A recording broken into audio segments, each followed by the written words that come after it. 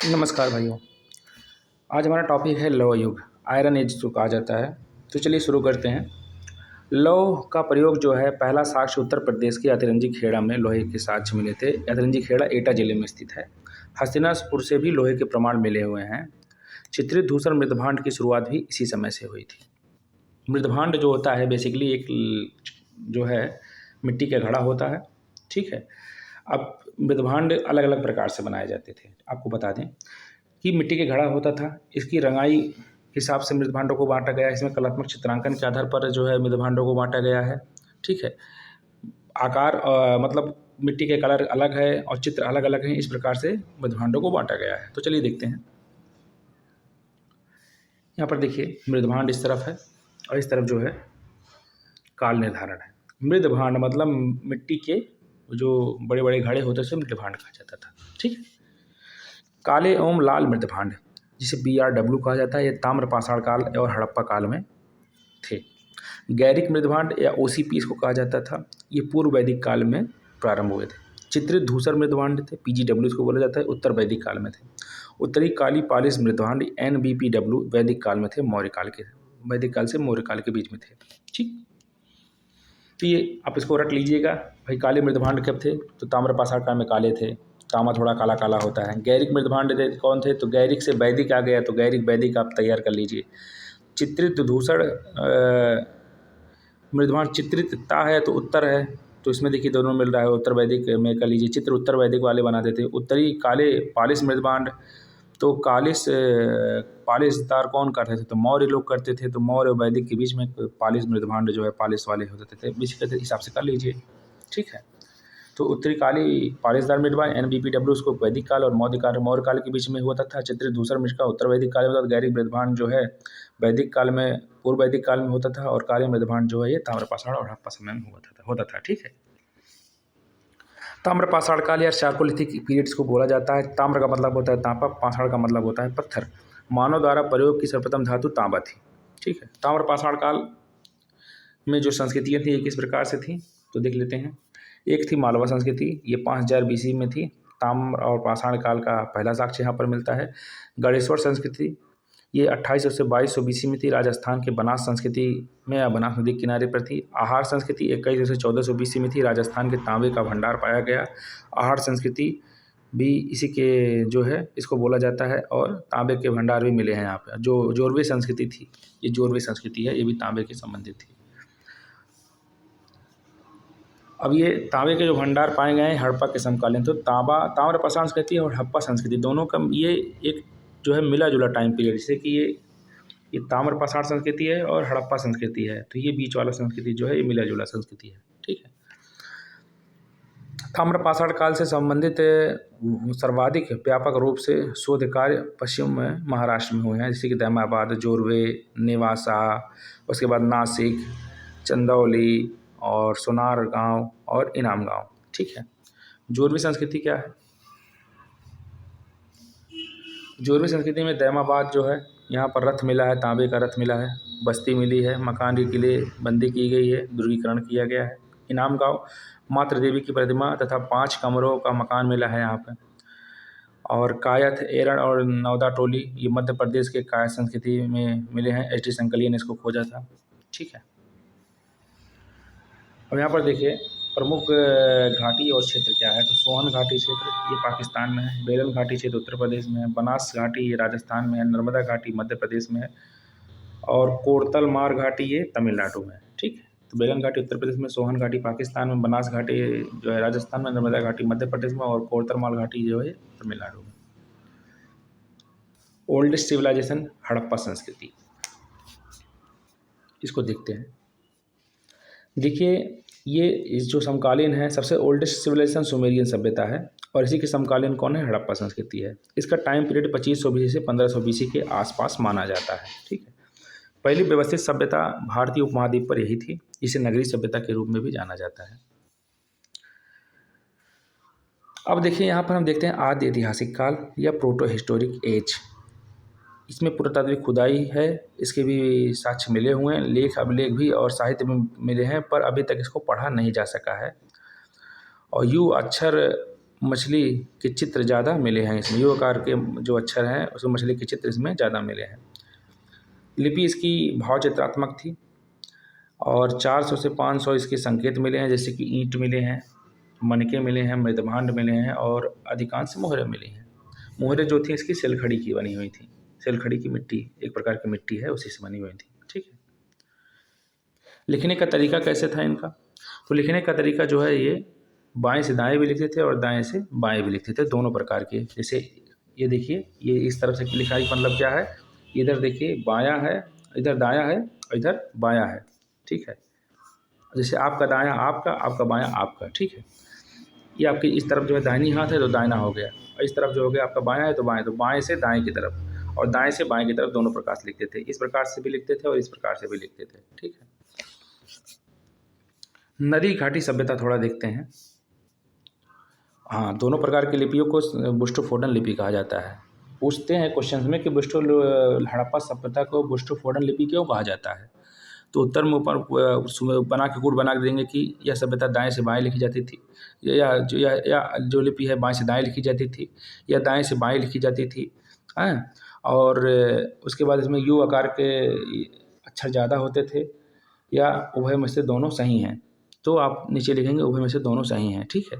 वैसे बना लीजिए यार, और क्या इसमें, और बनाना पड़ेगा तो बुद्धि और लगानी पड़ेगी, बन जाएगा। क्वेश्चन बनाना बहुत कठिन नहीं है, जब आप पढ़ेंगे धीरे धीरे तो क्वेश्चन बनाना आपको आ जाएगा। और जिस दिन आप क्वेश्चन बना करके उसको हल करने की आप कौशल सीख लेंगे, आप यूपीएससी क्रैक कर जाएंगे, यूपीपीसीएस क्रैक कर जाएंगे। इसमें सिर्फ आपको बेवकूफ़ बना करके आपको क्विज खिलवाया जाता है। पढ़ते तो सभी यही हैं, सभ्यता तो सभी को पता है, चैलेंज होता है उसको हल करने में। ठीक है।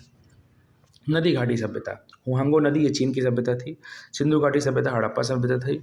दजला फराज सभ्यता ये मेसोपोटामिया की सभ्यता थी और नील नदी मिस्र की सभ्यता थी। हड़प्पा इन सभी में सबसे बड़ी और विकसित सभ्यता थी। भारत में प्रागैतिहासिक स्थलों के खोजने का कार्य भारतीय पुरातत्व सर्वेक्षण विभाग करता है। सर्वप्रथम अलेक्जेंडर कनिंघम 1961 में इसकी खोज की थी और इसके महानिदेशक भी थे। ठीक है। जॉन मार्शल जब महानिदेशक थे तो दयाराम साहनी और राखल दास बनर्जी, जब हड़प्पा सभ्यता की खोज की गई थी तो archaeological survey of India ISI, जिसके GSI इस समय बोला जाता था, जियोलॉजिकल सर्वे ऑफ इंडिया। ठीक है। जियोलॉजिकल सर्वे ऑफ इंडिया जैसे सब थोड़ा बताते हैं, इसके नीचे आप जो थे महानिदेशक DG थे, कौन थे? जॉन मार्शल थे। ठीक है। तो जॉन मार्शल इसमें DG थे, उनके अंदर में दयाराम साहनी और राखल दास बनर्जी दो व्यक्ति थे। तो दयाराम साहनी ने 1921 में हड़प्पा संस्कृति की खोज की थी और राखल दास बनर्जी ने 1922 में जो है वो मोहनजोदड़ो की खोज की थी। इतना तो क्लियर हो गया। प्रागैतिहासिक खोजों का जनक किसे कहा जाता है? तो प्रागैतिहासिक खोजों का जनक किसे कहा जाता है? तो रॉबर्ट ब्रूसफुट को कहा जाता है। जबकि भारतीय पुरातत्व विभाग का जनक किसे कहा जाता है? तो किसे कहा जाता है? तो अलेक्जेंडर कनिंघम को कहा जाता है। ठीक है। ये देखिए 1961 में। चलिए, इसी हिसाब से आपको याद करवाते रहेंगे। देखिए मुझे भी पहले याद नहीं आता था, भूल जाता था, लेकिन अब देखिए धीरे धीरे कई बार पढ़ रहा हूँ तो याद आ जा रहा है। ऐसा ही होता है, आप जब प्रॉपर रूप से इसको कई बार पढ़ेंगे तो याद हो जाएगा। करत करत अभ्यास जड़मत होए सुजान। नामकरण क्या है? तो हड़प्पा ये पहला नामकरण था। उसके बाद सिंधु सभ्यता, हड़प्पा जो है सिंधु नदी के किनारे था और इसी कारण जो बस्तियाँ 1100 बस्तियाँ जो है सिंधु नदी के किनारे बसी हुई थी। और इधर जो है फिर ये देखिए क्या है, गोमती क्या है। चलिए ठीक है, आगे देखते हैं। तो हड़प्पा के किनारे जो सिंधु नदी के किनारे 1100 बस्ती हड़प्पा की बनी थी, सिंधु नदी के किनारे थी, इसलिए सिंधु सभ्यता कहा जाता है। सिंधु सरस्वती सभ्यता क्यों कहा जाता है? तो 1947 में 40 बस्तियां जो है इसके किनारे मिली थी। वर्तमान में 1500 से अधिक बस्तियां यहाँ पर खोजी गई, इसलिए इसको सिंधु सभ्यता भी कहा जाता है, सिंधु सरस्वती सभ्यता भी कहा जाता है। सिंधु घाटी सभ्यता भी इसे कहा जाता है। कांस्य युगीन सभ्यता भी कहा जाता है। क्यों कहा जाता है? क्योंकि तांबा और टिन को मिला करके कांसा बनाया जाता है, इसलिए कांस्य युगीन सभ्यता भी इसको कहा जाता था। उसके बाद प्रथम नगरीय सभ्यता, नगरों के उदय भी यहीं से हुआ, इसलिए प्रथम नगरीय सभ्यता भी इसको कहा जाता है। ठीक है। अब इसमें थोड़ा काल निर्धारण देखते हैं। तो काल निर्धारण जो है ये रेडियो कार्बन डेटिंग C14 विधि से किया जाता है। इसमें 3 प्रकार से हड़प्पा सभ्यता को बांटा गया है। एक है पूर्व हड़प्पाई चरण 3500 ईसा पूर्व से 2600 ईसा पूर्व तक। मतलब ये ताम्रपाषाण के आसपास का टाइम पीरियड है कि 3500 से 2600 ईसा पूर्व तक ये हड़प्पा के पूर्व का समय है, जो ताम्रपाषाण के अंत का समय है, मतलब फ्रिंज एरिया है। ठीक है, 3500 ईसा पूर्व से 2600 ईसा पूर्व तक पूर्व हड़प्पाई चरण था। परिपक्व हड़प्पाई चरण था 2600 ईसा पूर्व से 1900 ईसा पूर्व तक। उत्तर हड़प्पाई चरण 1900 ईसा पूर्व से 1300 ईसा पूर्व तक। परंतु C14 2350 BC से 1750 BC तक के समय को मानता है। आपको BC और AD में तो जानकारी होगी ना, मैंने पूर्व कई कक्षाओं में आपको BC और AD के बारे में व्यापक तौर पर बताया था। NCERT में भी इसका प्रॉपर जो है उल्लेख है। इसलिए BC और AD को यदि हम समय में एक रेखा खींचें तो यहाँ पर कहीं पर ये जीरो हो जाता है। ठीक है, इसको हम सीधे सीधे जीरो मान लेते हैं। अब यहाँ से देखिए, ये मैं ब्रह्मांड के सापेक्ष में नहीं कह रहा हूँ कि जिस टाइम पीरियड की मैं चर्चा कर रहा हूँ उस टाइम पीरियड के सापेक्ष इसको मैं जीरो मान रहा हूँ। ठीक है, तो ये घटना, ये जीरो जो कि ओरिजिन है, ओरिजिन को हम 1 AD कहते हैं। ठीक है, AD 1 ईस्वी कहते हैं। ठीक है, ईस्वी का मतलब होता है कि आप इस तरफ से, ये ईसा मसीह का जन्म हुआ था, ईसा मसीह के जन्म से पहले को हम सारी घटनाओं को हम BC में लिखते हैं, बिफोर कॉमन एरा। और ईसा मसीह, अब तो ईसा मसीह वाला काम चेंज कर दिएगा, कॉमन एरा और बिफोर कॉमन एरा कर दिया गया है। ठीक है, तो जैसे सपोज डेट हड़प्पा सभ्यता हुई थी, हड़प्पा सभ्यता जीसस क्राइस्ट के जन्म से इतने वर्ष पहले हुई थी, तो इसको यहाँ पर लिखा जाता है। ये ईसा पूर्व होता है, मतलब सन के पहले ये घटना थी। और सन का मतलब जो है वर्तमान में 2025 चल रही है, तो सन 2025 चल रहा है। लेकिन सन 2025 को से पहले आप 2025 मतलब 2500 वर्ष पीछे जाएंगे तो क्या होगा, 1 AD होगा ना। मतलब ईसा मसीह का जन्म आज से 2500 साल पहले हुआ था, तो ईसा मसीह का जन्म क्या हुआ, 1 AD में हुआ। तो 2500 साल से पहले, जैसे कि अब यहाँ पर 2350 दिया गया है ना, 2350 दिया गया, तो 2350 इसको जोड़ लीजिए और प्लस वर्तमान का कितना है, अभी 2350 BC दिया गया है, बिफोर कॉमन एरा। 2350 BC इसको जोड़ लीजिए और वर्तमान में 2500 साल जोड़ लीजिए, तो कितना हो गया, 25 28 4800 साल, 4800 सन 4800 साल की मैं बात कर रहा हूँ, मतलब 4500 सालों की मैं बात कर रहा हूँ इस इतिहास को देख करके। ठीक है, तो मतलब ईसा मसीह के जन्म से पहले यदि किसी हम वस्तु का, किसी चीज़ का काल निर्धारण करते हैं तो उसे हम BC कहते हैं, और ईसा मसीह के जन्म के बाद का हम कोई चीज़ का काल निर्धारण करते हैं उसे हम एडोडोमिनल या जो है AD कहते हैं। ठीक है, सन कहते हैं। इतना तो क्लियर हो गया होगा, मोटी मोटा यही है और कुछ नहीं है। परंतु इतिहासकारों ने इसको अपने अपने हिसाब से जो है व्याख्यायित किया हुआ है। जैसे कि सर मार्टिमर व्हीलर थे, ये खोज करते थे, पुरातात्विक थे, उन्होंने 2500 BC से 1500 BC का टाइम पीरियड माना हुआ है कि ये जो है प्रॉपर रूप से हड़प्पा सभ्यता का ये टाइम पीरियड है। DP अग्रवाल थे, ये 2350 से 1750 BC, ये NCERT में भी इसका प्रॉपर रूप से उल्लेख है। और DP अग्रवाल का तो ये है। मैके थे 2800 BC से 2500 BC के आसपास जो है हड़प्पा सभ्यता का जो है। एक सेकंड,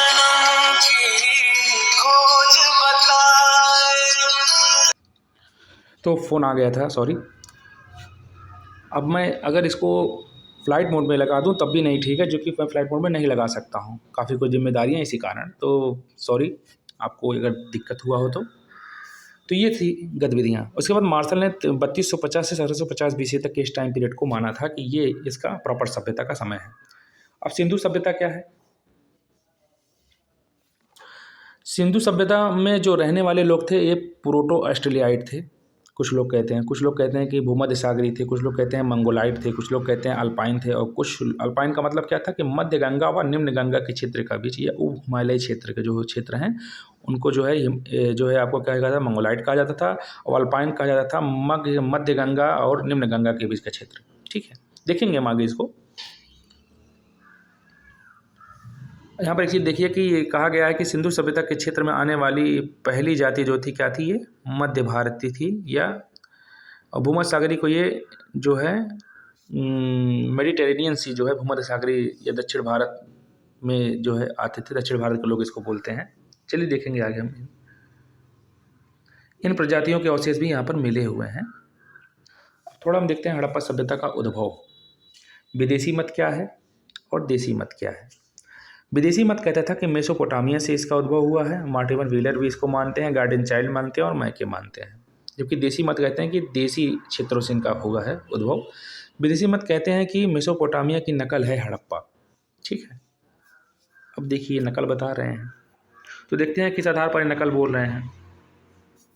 आधार भाई कुछ तो दिए होंगे। तो आधार ये था कि जिस तरह के अन्नागार मेसोपोटामिया में मिला है उसी प्रकार से अन्नागार हड़प्पा में भी मिला है। चबूतरा जो है मेसोपोटामिया में चबूतरे को जिगुरत बोलते थे, तो हड़प्पा में भी चबूतरे पाए गए हैं। तो यहाँ देखिए आधार जो है ये मेसोपोटामिया और हड़प्पा का है। तो लिपि जो थी ये किलाचल लिपि थी और ये भाव चित्रात्मक थी। तो ये भाई दोनों अलग अलग हैं। नगर नियोजन ये कम विकसित था, मेसोपोटामिया ये अधिक विकसित था।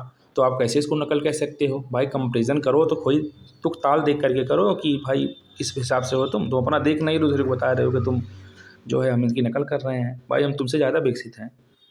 ईंट क्या थी? तो ईंट जो है मेसोपोटामिया में कच्ची थी जबकि हड़प्पा में पक्की थी। पूजा भवन के साक्ष्य प्राप्त हुए हैं जबकि यहाँ साक्ष्य नहीं हुए हैं, मतलब पूरे नास्तिक थे। मुहर जो है ये बेलनाकार थे, ये चौकोर मुहर देते थे। तो किस हिसाब से आप कह सकते हो कि नकल है? देखिए वाइट मैन बर्डन थ्योरी आई थी एक, जो जंगल बुक बनाए हुए हैं उनको का नाम मुझे याद नहीं आ रहा अभी रिकॉल करके। तो लोग तो पहले इनको बहुत अच्छा मानते थे कि देखो जंगल बुक में जंगलों के बारे में अच्छा सोचते हैं, ये फलाना दिमाग का है ये। लेकिन वाइट मैन बर्डन थ्योरी आने के बाद ये लगा कि अंग्रेज जो हम लोगों को जो है एक निम्न तबके के स्टेटस से देखते थे। और प्रॉपर रूप से आपने कई मूवियों में देखा होगा Indian and dog not allowed, तो भारतीय और कुत्ते यहाँ अलाउड नहीं हैं। तो ये चीज़ें यहाँ पर दिखाई देती थी। हालांकि आज अमेरिकन सबसे ज़्यादा कुत्ते पाल रहे हैं और भारतीय अमेरिकन पर जा करके सबसे ज़्यादा वो है काम कर रहे हैं वहाँ पे। तो ऐसा नहीं है, बदलते परिवेश में भारतीयों और कुत्ते दोनों की उपयोगिता बढ़ी हुई है। हालांकि ये बात मैं नहीं बोल रहा हूँ कि कुत्तों के साथ भारतीयों का मैं तुलना कर रहा हूँ। ये पहले बोला जाता था, हम लोगों को हे की दृष्टि से देखा जाता था, हमें ही नहीं चाइनीज़ों को, हमको और अफ्रीकन्स को ये स्लिप के रूप में देखते थे।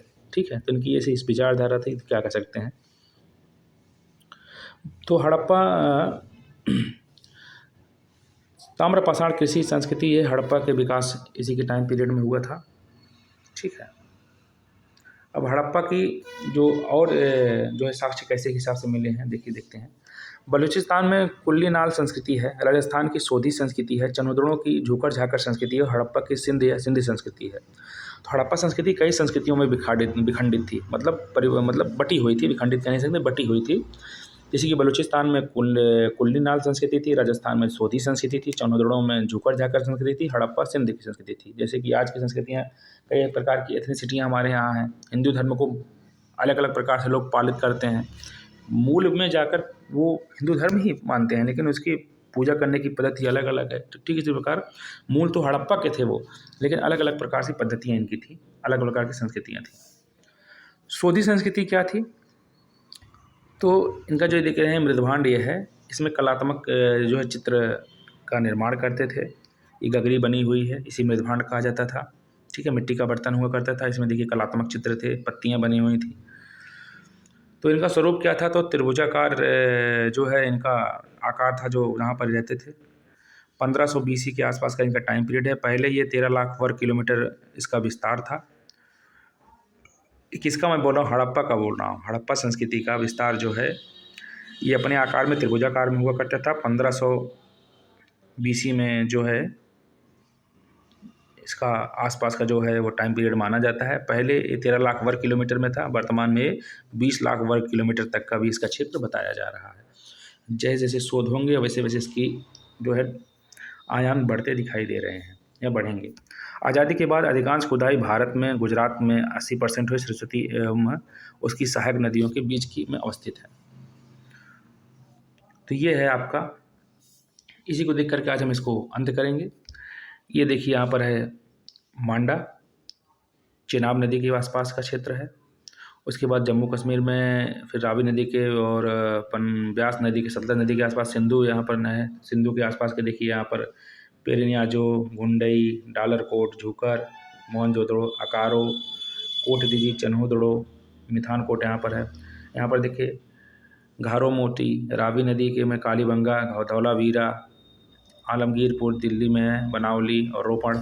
तो ये सब देखिए यहाँ पर दिखाए गए हैं। फिर यहाँ पर देखिए ये है रंगपुर लोथर गुजरात में, और सुरकोटदा है, धौलावीरा है, घारो मोती तो देखिए थे। यहाँ पर देख लीजिए एक चीज़ और, उसके बाद आज ख़त्म करेंगे इसको, क्योंकि इस पेजों को ख़त्म कर लें ज़्यादा ठीक है। मांडा जो है ये देखिए ऊपर सबसे देखिए यहाँ पर मांडा है, ये दिखाया गया है। इधर पूर्व में जो है उत्तर में मांडा है, पूर्व में हिंडन नदी में आलमगीरपुर है, दक्षिण में दामाबाद महाराष्ट्र में है, गोदावरी नदी के पास, और इसका जो पश्चिम में विस्तार है और सुरकोटदा है बलूचिस्तान में। 1600 किलोमीटर का जो है इसका पूरा का पूरा जो है विस्तार है, और त्रिभुजाकार शेप में इसका आकार है। ठीक है, क्षेत्रफल के आधार पर विस्तार तो सबसे बड़ा मोहनजोदड़ो है। ठीक है, उसके बाद फिर हड़प्पा है। मोहनजोदड़ो जो है पाकिस्तान में, हड़प्पा पाकिस्तान में है। फिर राखी घड़ी है तीसरे नंबर पे, हरियाणा में है भारत में, और धौलावीरा है, ये गुजरात में है। ठीक है,